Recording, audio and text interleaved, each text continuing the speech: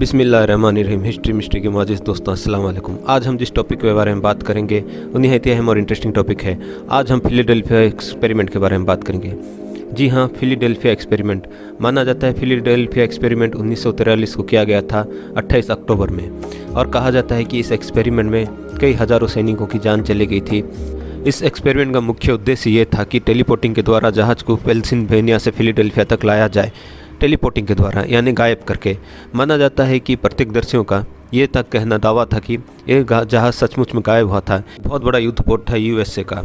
माना जाता है कि 1943 में सेकेंड वर्ल्ड वॉर के दौरान हर देश कुछ ना कुछ एक नया तरीके के वेपन्स को एक्सपेरिमेंट करते थे। जैसे कि आप पिछली वीडियो में देख चुके होंगे कि नाजी बेल के बारे में, कि वो एक एंटी ग्रेविटी मिशन था। वैसे यूएस ने भी एक अति आधुनिक प्रयोग किया था 1943 में, जिसका नाम फिलाडेल्फिया एक्सपेरिमेंट था।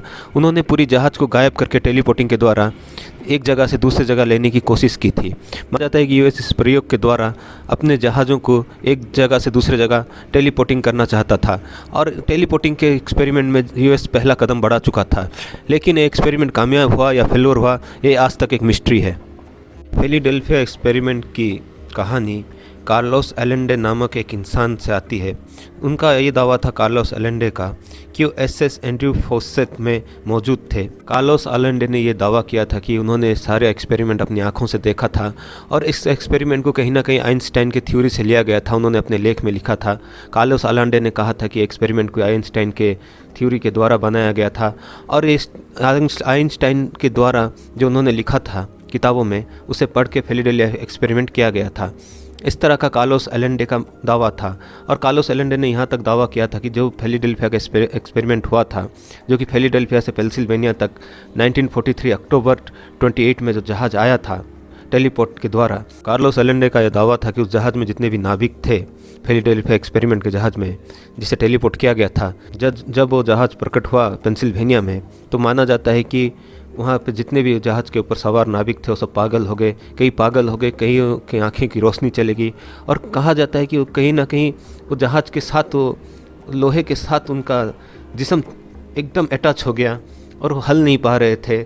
इस तरह से उनका पूरा बॉडी उनका लोहे के साथ मिल गया, जहाज़ के साथ वो मिल गए, और इस तरह से उनका बहुत ही बुरा असर नसर हो गया, ऐसा कहना था। और इस तरह का दावा था कार्लोस अलेंडे का।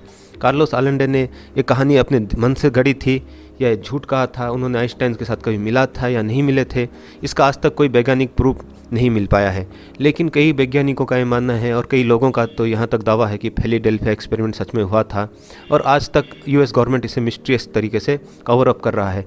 और कार्लोस अलेंडे के दावे के मुताबिक वहाँ जितने भी नाविक थे सब पागल हो चुके थे, और कार्लोस अलेंडे ने इसके बारे में अपने आप को प्रत्यक्षदर्शी भी कहा था। कार्लोस अलेंडे क्या सच कह रहे थे, या कार्लोस अलेंडे अपने आप में एक मिथक व्यक्ति थे? माना जाता है कि यूएस ने फिलाडेल्फिया एक्सपेरिमेंट के बाद इस तरह की टेलीपोर्टिंग के एक्सपेरिमेंट बंद कर दिए, और कहा जाता है कि यूएस ने इस तरह के टेलीपोर्टिंग डिवाइस को नष्ट कर दिया। फिलाडेल्फिया एक्सपेरिमेंट के ऊपर हॉलीवुड ने भी एक मशहूर फिल्म बनाई थी, द फिलाडेल्फिया एक्सपेरिमेंट, और आज भी वो फिल्म मौजूद है। आप चाहें तो फिलाडेल्फिया की कहानी गूगल में भी सर्च करके पढ़ सकते हैं फिलाडेल्फिया एक्सपेरिमेंट के नाम से, या फिर हमारे डिस्क्रिप्शन पे दिए हुए लिंक को भी प्रेस करके आप डिटेल में इस कहानी को पढ़ सकते हैं। आपको ये कहानी कैसी लगी प्लीज़ हमें कमेंट में ज़रूर लिख के बताएं।